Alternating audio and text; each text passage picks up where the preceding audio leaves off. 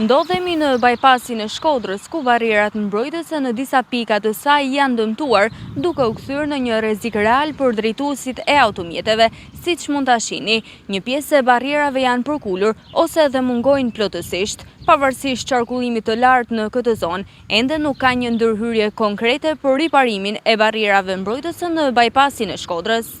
Barierat mbrojtëse në segmentin e bypassit të Shkodrës janë dëmtuar rënd ditët e fundit, duke ngritur shqetësime serioze për sigurinë e këmbësorëve, por edhe drejtuesve të mjeteve, të cilët qarkullojnë në këtë aks.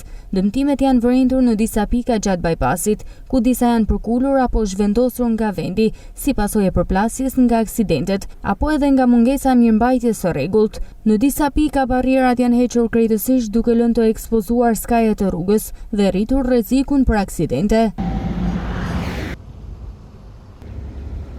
Banorët e zonave përreth e kanë ngritur disa herë si shqetësim gjendjen aktuale të këtij segmenti rrugor, pasi përveç fluksit të lartë të mjeteve, është edhe nyje lidhëse për shumë zona të rëndësishme periferike dhe turistike të Shkodrës. Ndërhyrja për riparimin dhe vendosjen e barrierave mbrojtëse është e domosdoshme për të parandaluar aksidentet dhe për të garantuar sigurinë e qytetarëve që lëvizin në këtë rrugë.